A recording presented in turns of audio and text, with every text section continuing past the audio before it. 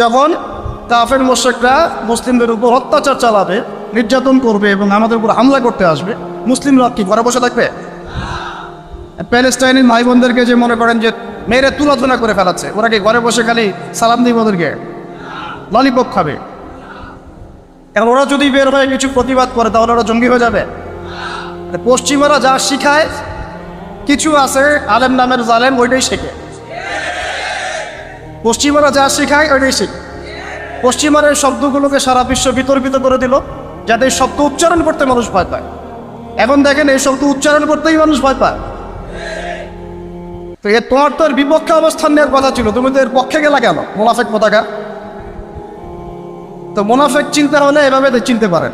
ওই শব্দ তো আবার অনেকে সহ্য করতে পারেন, এই শব্দ শুনলেই মাথার তার ছিঁড়ে যায়। সুবহানাল্লাহ। আমরা তো স্পষ্ট করেই বলছি, জিহাদ মানে নিরপরাধ মানুষকে হত্যা করা নয়। কি জিহাদ মানে? নিরপরাধ মানুষকে হত্যা করা নয়। জিহাদ মানে অমুসলিমদের ঘরে ঘরে এই যে কি বলবো সন্ত্রাসী কর্মকাণ্ড চালানো নয়। জিহাদ মানে মুসলিমদেরকে হত্যা করা নয়। কিন্তু নবী সাল্লাল্লাহু আলাইহি ওয়াসাল্লাম যখন বদর এবং উহুদে, খন্দকে, খায়বারে, তারপরে আপনার মৌচায়, ইয়ারমুকে, এই যে শতাব্দীর পর শতাব্দী মুসলিমরা যে কুফফারদের বিরুদ্ধে সশস্ত্র সংগ্রাম করেছেন, এটা কোরআন হাদিসে নাই? এটা এক প্রকার জিহাদ, এটা সর্বোচ্চ লেভেলের জিহাদ। আবার ব্যক্তিগত লেভেলের জিহাদ আছে, যেমন নিজের নফসের প্রবৃত্তির সাথে জিহাদ করা। আমার নফস চাচ্ছে একটা মেয়ের সাথে অবৈধ সম্পর্ক করবো, আমি নফসকে কন্ট্রোল করলাম, তার মানে কি নফসের সাথে আপনি জিহাদ করলেন। শীতের দিন ঘুম থেকে উঠতে ইচ্ছা করছে না নামাজে আসতে, কিন্তু আপনি জোর করে উঠলেন আল্লাহর জন্যে, অজু করলেন, আসলেন, আপনি নফসের বিরুদ্ধে জিহাদ করলেন। আবার আল্লাহ পাক কোরআনকেও কোরআন দিয়ে জিহাদ করতে বলেছেন। আল্লাহ পাক সূরা ফুরকানের মধ্যে বলেছেন যে কাফের মুশরিক মুনাফিকদের সাথে তোমরা কোরআনের যে বাণী, এই বাণী দিয়ে জিহাদ, ওয়াজাহিদুহুম বিহি জিহাদান কাবীরা, তোমরা এই কোরআন দিয়ে এদের বিরুদ্ধে জিহাদ করতে থাকো।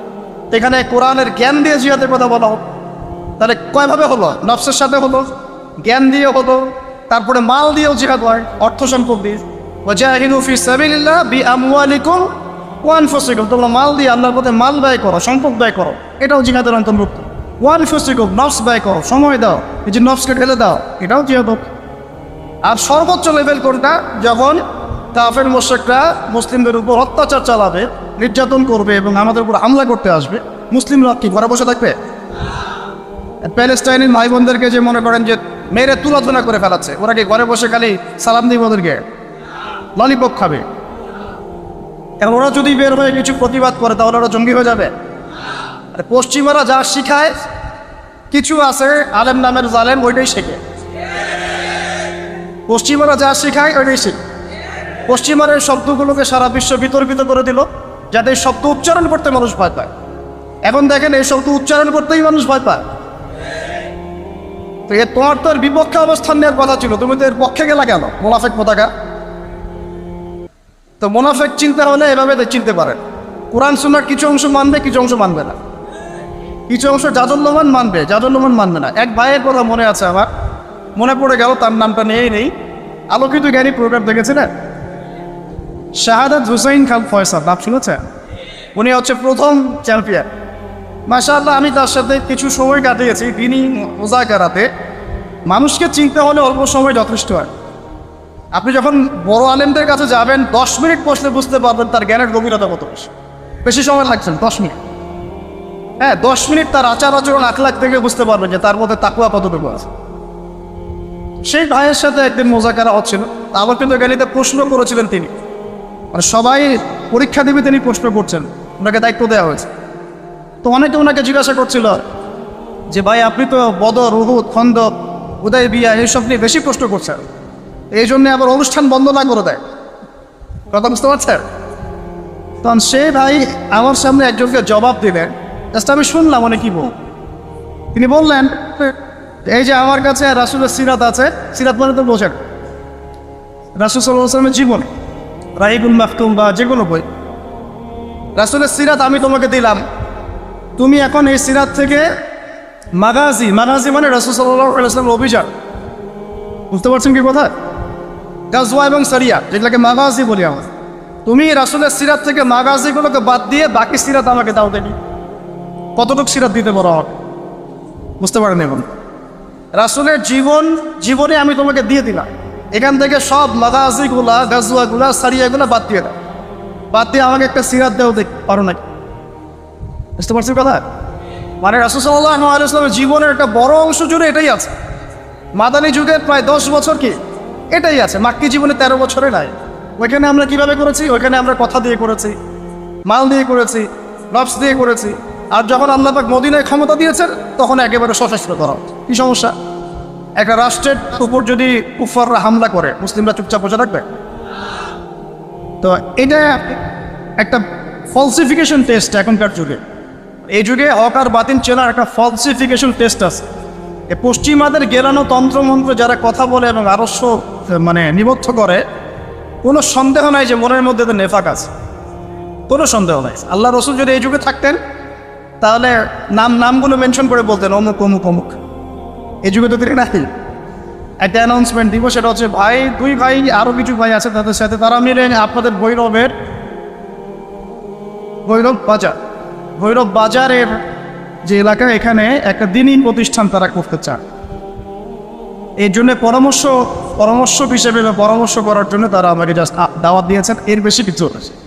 তো ভেবেছিলাম যে জুমার খুতবা ধরতে পারলে কিছু বয়ান করার চেষ্টা করবো ইনশাআল্লাহ। আল্লাহ যেভাবে চেয়েছেন সেভাবে হয়েছে। জুমার পরে আপনারা কষ্ট করে বসে আছেন দেখতে আমারও খারাপ লাগছে। আপনারা ক্ষুধার্ত, গরমের মধ্যে কষ্ট পাচ্ছেন, আমি আলোচনা লম্বা করব, ঠিক আছে? এখন শিক্ষা নিয়ে জাস্ট কয়েকটা কথা বলে আমি শেষ করছি, ঠিক আছে ভাই? ইনশাআল্লাহ অন্য একদিন কথা হবে। আর যদি আপনাদের শিক্ষা প্রতিষ্ঠান হয়ে যায় তাহলে প্রতিষ্ঠান দেখতে তো আসবো ইনশাআল্লাহ। আচ্ছা, প্রতিষ্ঠান বেশি হলে কি সমস্যা? এখন ইলম নিয়ে কিছু কথা বলি, খুব মোটা দাগে কয়েকটা কথা বলি। আল্লাহ রাব্বুল আলামিন মহাজ্ঞানী সত্তা, সৃষ্টি করেছেন আদম আলাইহিস সালামকে। আদম আলাইহিস সালামকে সৃষ্টি করার সময় কি আদম আলাইহিস সালামের জ্ঞান ছিল কিনা? আল্লাহ পাক তাকে জ্ঞান শিক্ষা দিলেন না আদম আলাইহিস সালামের নিজেরই জ্ঞান ছিল? একটু বোঝেন কথাগুলো। আদম আলাইহিস সালামের নিজের জ্ঞান ছিল না আল্লাহ পাক তাকে শিক্ষা দিয়েছে? আল্লাহ পাক বলছেন ওয়াআল্লামাল আদামা আসমাআ কুল্লাহা সুম্মা আরাদাহুম আলাল মালায়েকা। আল্লাহ পাক বলছেন আমি আদমকে সমস্ত নাম শিক্ষা দিলাম। বলেন সুবহানাল্লাহ। আদমকে সৃষ্টি করার পরে আল্লাহ পাক বলছেন আমি আদমকে সমস্ত নাম শিক্ষা দিলাম। তাহলে জ্ঞানের উৎস কে? আমরা কি নিজে নিজে জ্ঞান পেয়েছি? আল্লাহ পাক আমাদেরকে জ্ঞান শিক্ষা দিয়েছেন। এখন আদম আলাইহিস সালামের সন্তান আমরা, বাই ডিএনএ আমাদের মধ্যে সেই জ্ঞান চলে আসছে আলহামদুলিল্লাহ। এরপরেও মানুষ অভিজ্ঞতা থেকে জ্ঞান শিখে, বুদ্ধি থেকে জ্ঞান শিখে এবং আল্লাহ পাকের ওহী থেকে জ্ঞান শিখে। কয়ভাবে শিখে ভাই? মানুষ বুদ্ধি থেকে জ্ঞান শিখে। এই বুদ্ধি থেকে কিভাবে? ওই বাই ডিএনএ জ্ঞানগুলো চলে আসছে আমাদের মধ্যে, আদম থেকে আস্তে আস্তে তার সন্তানদের মধ্যে আলাইহিস সালাম। দ্বিতীয় পদ্ধতি হচ্ছে আমরা সমাজে চলাফেরা করি, অনেক অভিজ্ঞতা হয়, অভিজ্ঞতার আলোকে আমরা জ্ঞান শিখি, তাই না?